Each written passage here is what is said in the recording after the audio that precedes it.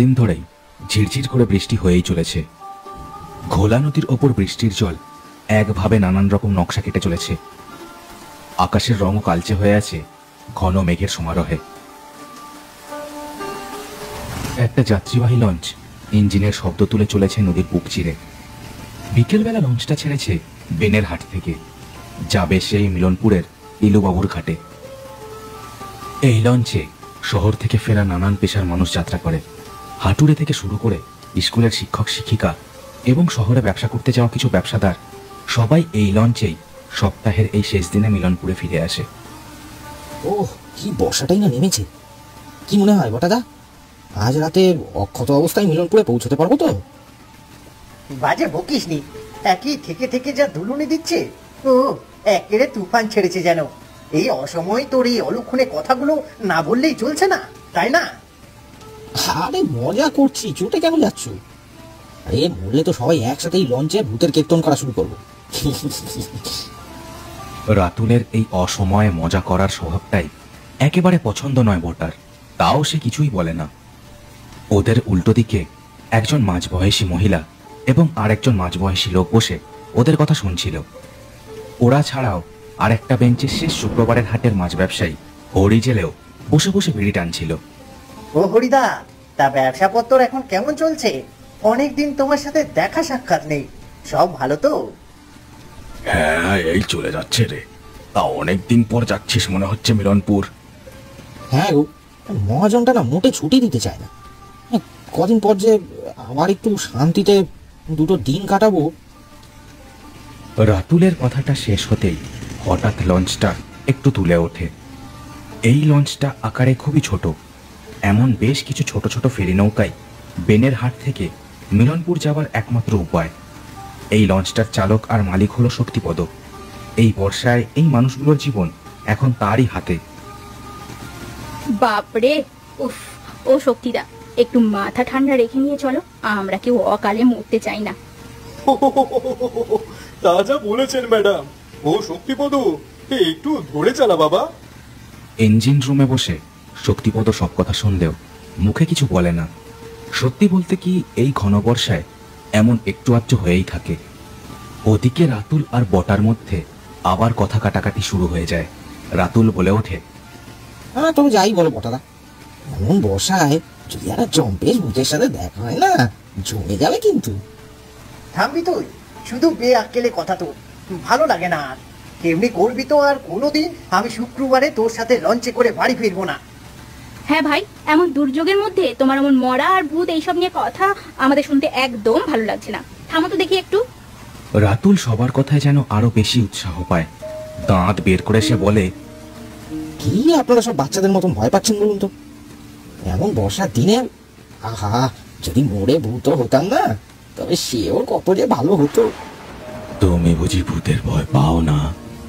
ওরা ফেরির যেদিকে বসেছিল কথাগুলো ভেসে এলো একেবারে তার উল্টো দিকের কোণা থেকে। সবাই চমকে চেয়ে দেখল একটা ময়লা জামা কাপড় পরা লোক জুলজুলে চোখে ওদের দিকে তাকিয়ে আছে। লোকটার একটা পা নেই। রাতুল বটার কানের কাছে মুখ এনে বলল, ও বটাদা, এই লোকটা কখন বটে উঠলো? আমরা ওটার পর দিয়েই তো দেখছি বেটা ওই আধারে কেমন ঘাপটি মেরে বসে আছে। আগে হয়তো এসে বসেছিল, দাঁড়া দেখি কি বলছে, শুনতে দে। লোকটা এবার একটা কুটকুটে হাসি হাসলো সবার মুখের দিকে তাকিয়ে। আধারে এমন ঝুম মেরে বসে আছে লোকটা, সত্যি দেখলে গাটা ছমছম করে ওঠে। কি ভাই, পাও না বুঝি ভূতের ভয়? না দাদা, আমি তো আর 5 বছরের শিশু নই যে ভূতের ভয় পাবো। যত সব। বাহ, ভালো। তোমাদের মতো সাহসী মানুষেরই তো সমাজে দরকার। সবাই চুপ করলো। লঞ্চটা ইঞ্জিনের শব্দ তুলে এগিয়ে চলেছে একই গতিতে। বর্ষায় দূরের নদীর বুকের ওপর হালকা একটা ধোঁয়ার আস্তরণের সৃষ্টি হয়েছে। রাতুল এবার পকেট থেকে তার ফোনটা বের করলো। তারপর লঞ্চের বাইরের দিকে তাক করে বৃষ্টির ছবি তুলতে লাগলো একটার পর একটা। ফস করে ফোনের ফ্ল্যাশটা জ্বলে উঠতে এবার একটা কাণ্ড হলো। কোনায় বসে থাকা লোকটা 2 হাতে নিজের চোখ আড়াল করে একটা চিৎকার করে উঠল, আহ, কি হচ্ছে? এই বাঁদর ছেলে, এমনি আমি আলো সহ্য করতে পারি না। একজন খোঁড়া মানুষের প্রতি তোমার কি কোনো সহানুভূতি নেই? রাতুল, ফোনটা রাখ, কি যে করিস না। আরে কি মুশকিল, অত চটে যাচ্ছেন কেন দাদা? আজকালকার ছেলে একটা দুটো ওই কি বলে সেলফি সে তো তুলবেই। হ্যাঁ দেখো দেখি, বিনা কারণে দাদা আপনার এই অবস্থা হলো কি করে? মানে আপনার পা? লোকটা এতক্ষণে একটু স্বাভাবিক হয়েছে। সে আবার একটা তেতো হাসি হেসে বলল, এর পিছনে একটা বিশাল গল্প আছে, আমি বলতে পারি, তবে যদি আপনারা ভয় না পান। যাকে শুনুন, যদিও এটা এই খোলা নদীর ওপর ঘটে যাওয়া একটা সত্যি ঘটনা। আমি যখনকার কথা বলছি তখন এই বেনের হাটপুর আর মানি এইসব জায়গার নামই কলকাতার মানুষ জানতো না। এইসব এলাকা ছিল একেবারে গণ্ডগ্রাম।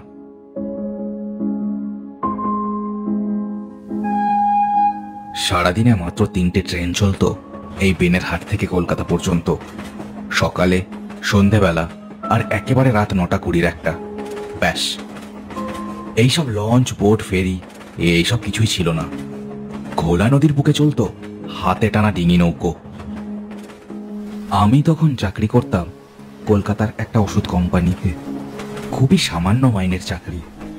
এই আপনাদের মতোই সপ্তাহের শেষে এই এমনই শুক্রবারে সন্ধ্যেবেলা ট্রেনে এসে নামতুম এই বেনের হাটে।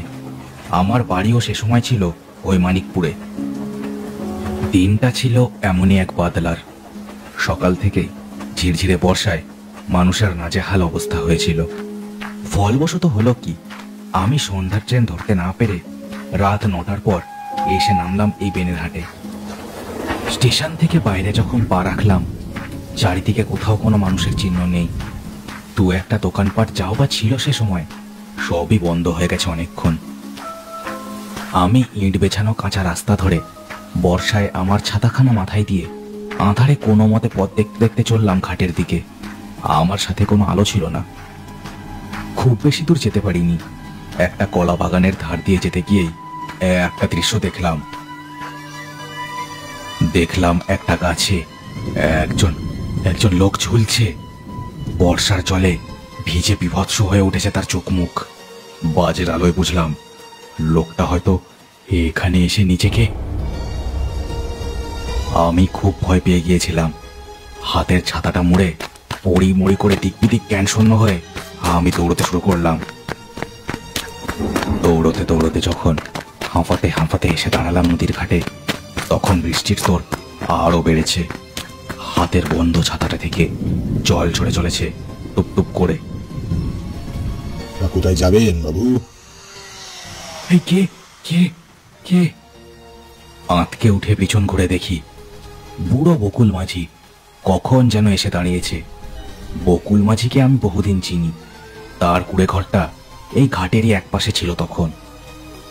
মাঝিদা, ও মাঝিদা, ওই কলা বাগানের মধ্যে ওই লম্বা গাছখানায় একজন ঝুলে আছে। বাপরে, ও আমার বুকটা এখনো ধরপড় করছে। বাপরে। বলেন কি বাবু, মৃত্যুদের কলা বাগান নাকি? কই চলুন তো দেখি।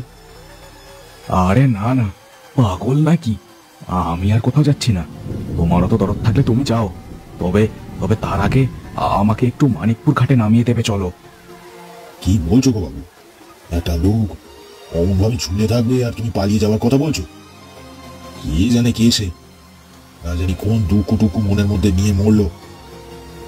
আরে বলছি তো, আমাকে মানিকপুর ঘাটে নামিয়ে দিয়ে তুমি এসে যা করার করো। এমনিও এই বর্ষার মুখে তো আর এখানে দেহ সৎকারের জন্য লোক পাবে না। আর তার উপর ওটা কিন্তু পুলিশ কেস হবে, বুঝেছো? আমার মুখে পুলিশের কথা শুনে কাজ হলো। বকুল মাঝি ভয় পেয়ে রাজি হলো আমার কথায়। মিনিট 5 মধ্যেই বকুল মাঝির নৌকোতে আমি চড়ে বসলাম। বকুল মাঝিও লগি ঠেলে নৌকোটা ভাসিয়ে দিল ঘোলা নদীর বুকের উপর। তখনও বৃষ্টি হয়েই চলেছে একভাবে। নৌকোটা একটু সামান্য দূরে যেতেই একটা আজব দৃশ্য দেখলাম আমি।